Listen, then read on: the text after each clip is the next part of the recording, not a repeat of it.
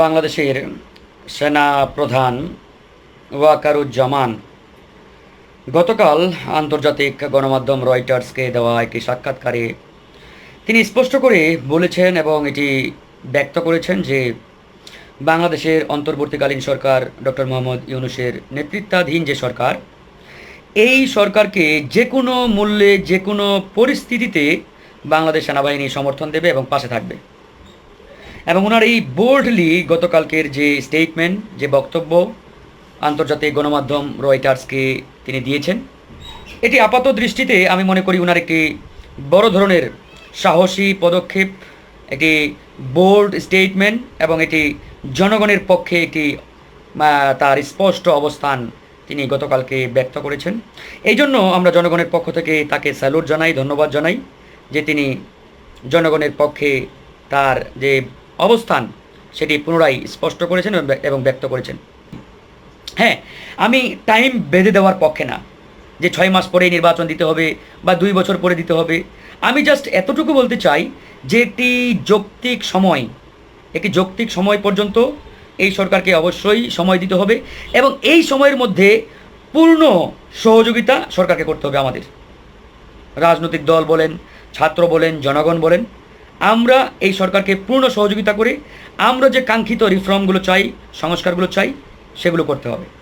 যেমন আমরা চাই না আগামীতে আর কেউ বা আর কোনো ফ্যাসিবাদ বাংলাদেশে কায়েম হোক। যাতে এই ফ্যাসিবাদ কায়েম না হতে পারে তার জন্য যে যে রিফর্ম দরকার, সংস্কার দরকার, এগুলো অবশ্যই করতে হবে এই সময়ের মধ্যে। আবার ধরেন আমরা চাই না বাংলাদেশে আর কোনো একদলীয় শাসন ব্যবস্থা কায়েমের রাস্তা তৈরি হোক, এটাও আমরা চাই না। আবার আমরা চাই না বাংলাদেশে জনগণের ভোট ছাড়াই নির্বাচনের আয়োজন কেউ করতে পারুক। তার মানে আমার নির্বাচন কমিশন সংস্কার করতে হবে, নির্বাচন কমিশন আইন আমাদের পূর্ণভাবে এটাকে গড়ে তুলতে হবে, সংস্কার করতে হবে। তো এরকম প্রত্যেকটি জায়গায় আমাদের যে যে রিফর্মগুলো দরকার, সংস্কারগুলো দরকার, এগুলো আমাদের দ্রুত করতে হবে এবং একটি রাজনৈতিক সরকারের হাতে ক্ষমতা দেওয়ার জন্য আমাদের নির্বাচনের দিকে এগিয়ে যেতে হবে।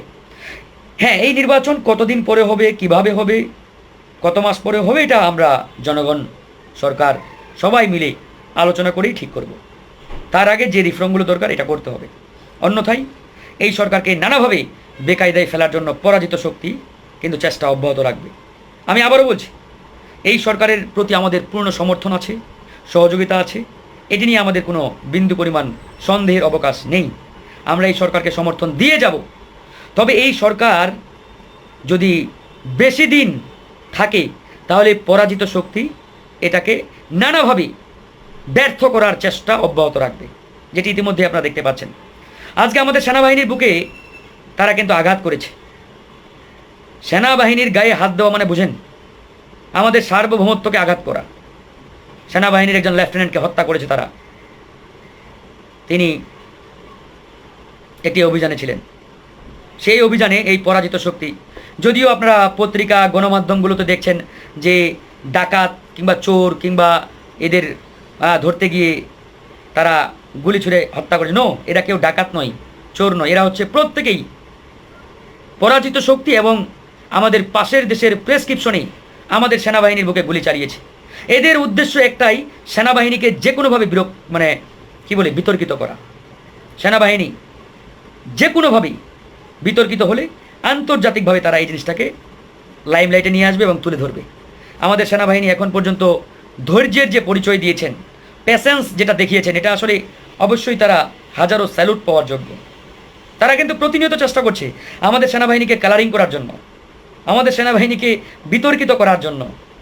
এখন এই যে তারা সেনাবাহিনীর বুকে গুলি চালালেন, আমাদের একজন লেফটেন্যান্ট, তরুণ জওয়ান তানজিম, একজন টকবগে তরুণ, তাকে হত্যা করলেন।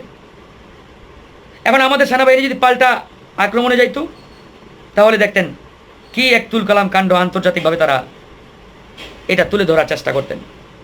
তো যাই হোক, আমাদের সেনাবাহিনী যথেষ্ট প্যাশেন্স দেখিয়েছে এবং অদ্যাবধি দেখিয়ে যাচ্ছে। অবশ্যই সেনাবাহিনীকে আমাদের স্যালুট জানাতে হবে, ধন্যবাদ জানাতে হবে। তবে আমি কেন একটি রাজনৈতিক সরকারের হাতে ক্ষমতা হস্তান্তরের জন্য নির্বাচনের দিকে এগিয়ে যাওয়ার আহ্বান জানাচ্ছি, এটি আপনারা অনেকেই অনুধাবন করতে পারছেন, কিংবা যারা অনুধাবন করতে পারছেন না তারা কিন্তু 2 দিন পরে টের পাবেন।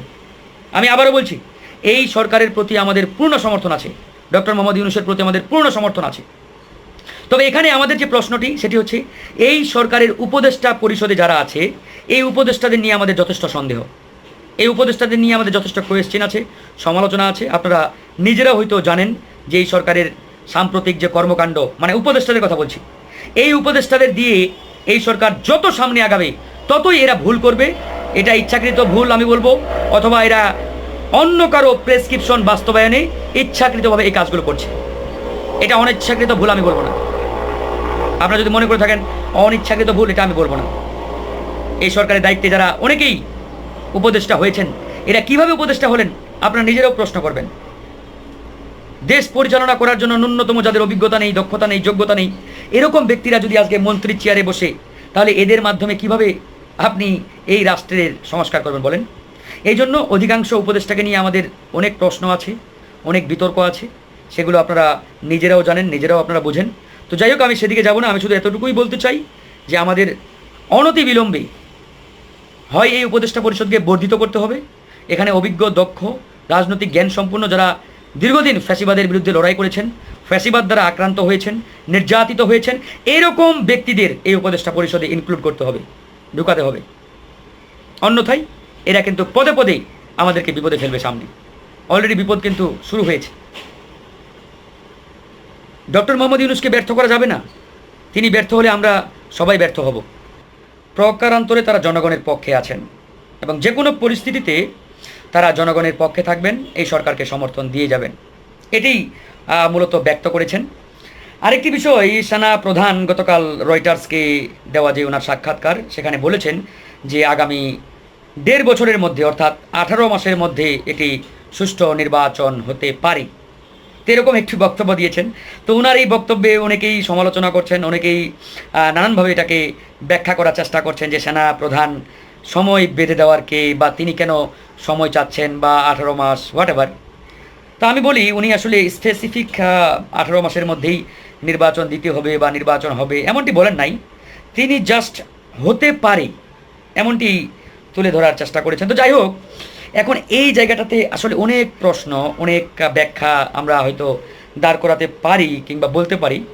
তবে আমার কাছে যেটি মনে হচ্ছে যে আমরা একটি যৌক্তিক সময়ে এই সরকারকে দিয়ে এবং সর্বাত্মকভাবে সহযোগিতা করি আমরা যে কাঙ্ক্ষিত সংস্কারগুলো চাই, রিফর্মগুলো চাই, এগুলো এই সময়ের মধ্যে সমাধা করে বা পূর্ণভাবে শেষ করে আমরা একটি নির্বাচনের দিকে এগিয়ে যেতে পারি।